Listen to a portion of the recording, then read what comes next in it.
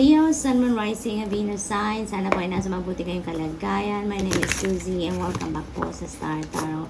Ito po ang inyong weekly reading for August 27 to September 2nd. At maraming salamat po sa inyong suporta sa ating channel. Kung bago kayo dito, welcome po. At kung hindi pa kayo nakakapag-subscribe, subscribe na po kayo para updated kayo sa mga readings. Paalala lang na general reading ito kaya hindi ito magre-resonate sa lahat. Kunin nyo lang po kung ano ang sasakto sa inyong sitwasyon. Kung hindi po mag-resonate sa inyo, panuorin ninyo ang inyong moon rising and Venus signs dahil baka nandun na mensahe na para sa inyo.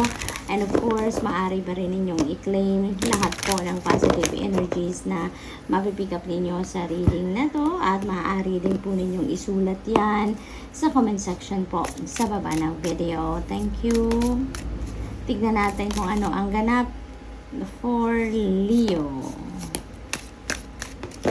Okay, paunang card ninyo, table, hard work ahead. Ayan, so hard work ahead. Marami pa kayong pagtatrabahuan. Busy kayo ngayon, Leo. Maaring may panibagong role kayong tatanggapin. Kaya mas maraming trabahong gagawin. Bigger responsibility, siguro ganon. We have tankard, celebration, fun, and enjoyment. Ayan, there is something that you need to celebrate or you are going to celebrate around this time, Leo. Maaring promotion, Leo, no? Kaya may hard work ahead kasi maaaring may promotion kayo, so mas maraming responsibilidad, obligasyon kayong gagawin, and maybe that is what you are going to celebrate, no? And definitely that is the time for enjoyment and the time for having fun.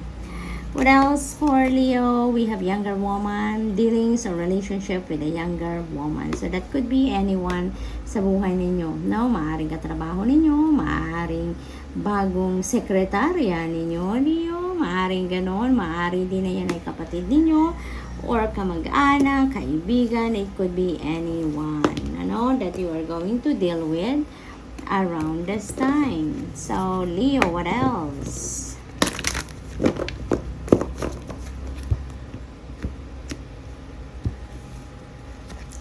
We have surrendered the drama.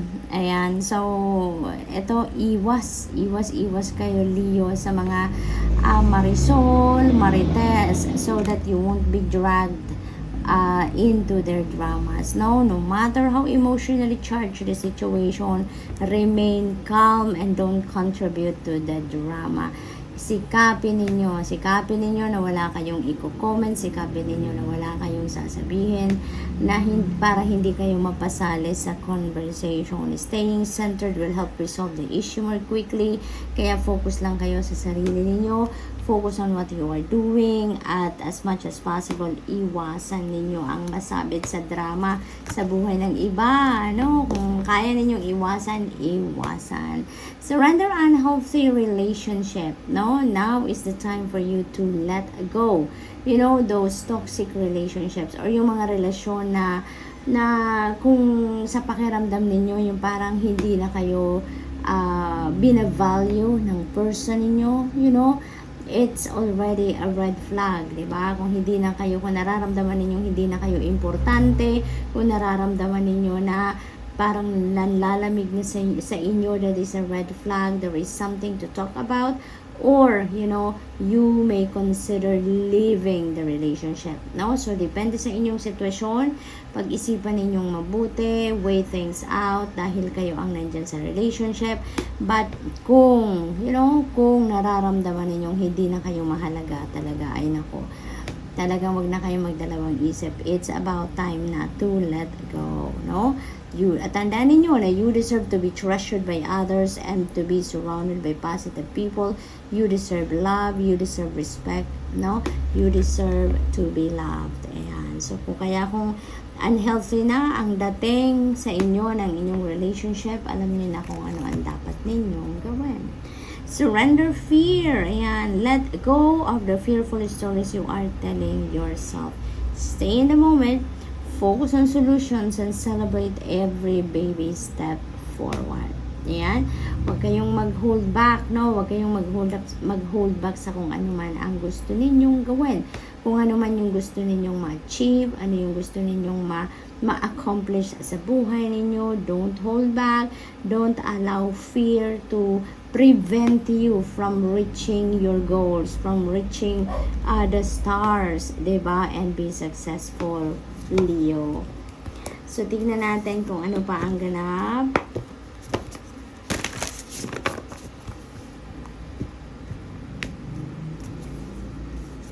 We have breaking trail. Ayan, a breakthrough is at hand. So, ayan. So, napakagandang ano na to, yung parang encouragement ito sa inyo to continue to persevere, no? Continue to persevere because you are going to receive some kind of breakthrough, no?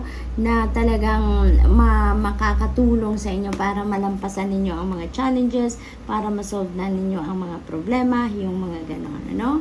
What else? We have cleansing waters, purification, activates vibrant life force. Ayan. So, you may need to do some kind of detoxification and purification sa buhay ninyo ngayon, Leo. Okay? Yung parang siguro maraming gulo sa isip, marami kayong iniisip, maraming too much is happening sa buhay ninyo, too much happening around you. Kaya naaapektuhan din ang mental state ninyo dito, no?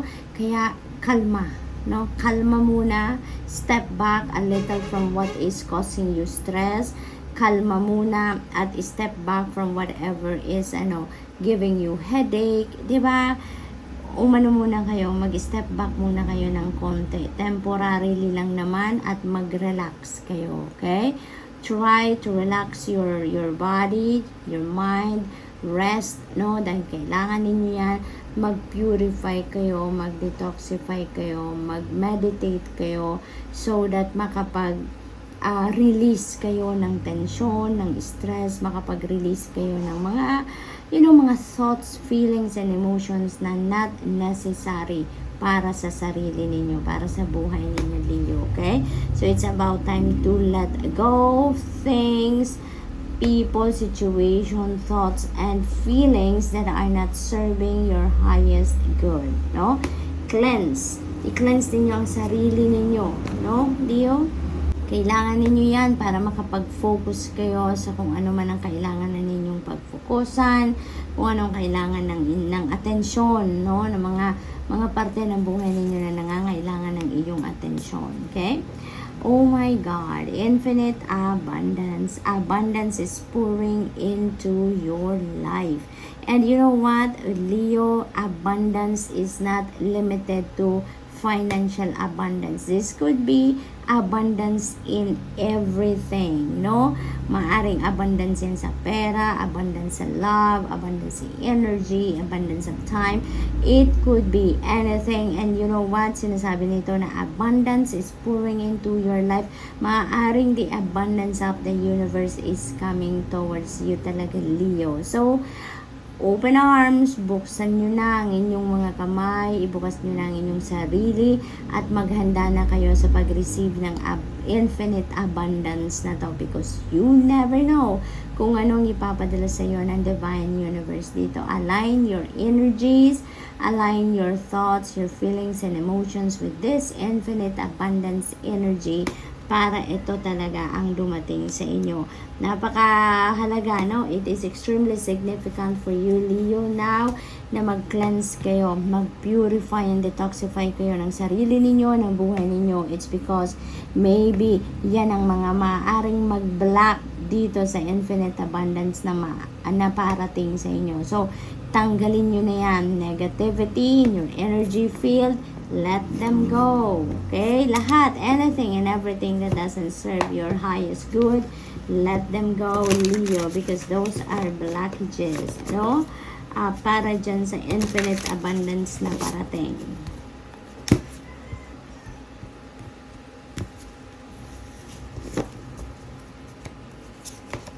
So, we have 5 of materials. Ayan. So, some of you, nakakaranas dito ng siguro lack mindset, no? Or fears surrounding your finances, or maaaring this is in reality na talagang nagkukulang kayo sa pera. Maaring ganun ang sitwasyon ng iba. This is not going to resonate with everyone, so just take as it resonates.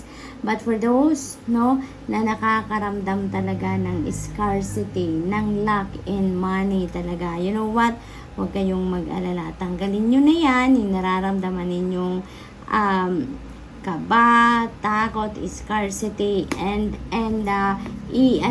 i-set ninyo, i-condition ninyo ang isip ninyo into positive, abundant, and prosperous mindset para ito talaga ang ma-welcome ninyo sa buhay ninyo. Infinite abundance, this is the breakthrough na pagdating sa buhay ninyo na magsosolve ng inyong problema pagdating sa inyong finances. Okay, Leo? So, i-align nyo ng sarili ninyo dito para kung ano man ang pinoproblema ninyo pagdating sa kaperahan, that will be solved, no?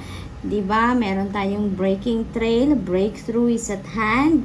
Ayan, so nandyan na, no? Nandyan na sa kamay ninyo, no? Ang breakthrough na makakapag allow sa inyo to break away from this Five of Materials energy, which is maaring pagkukulang talaga ito sa kaperahan, problema sa trabaho, maaring ganon, no? Ang sitwasyon ng iba sa inyo dito, Leo. So, you are going to break away from this situation.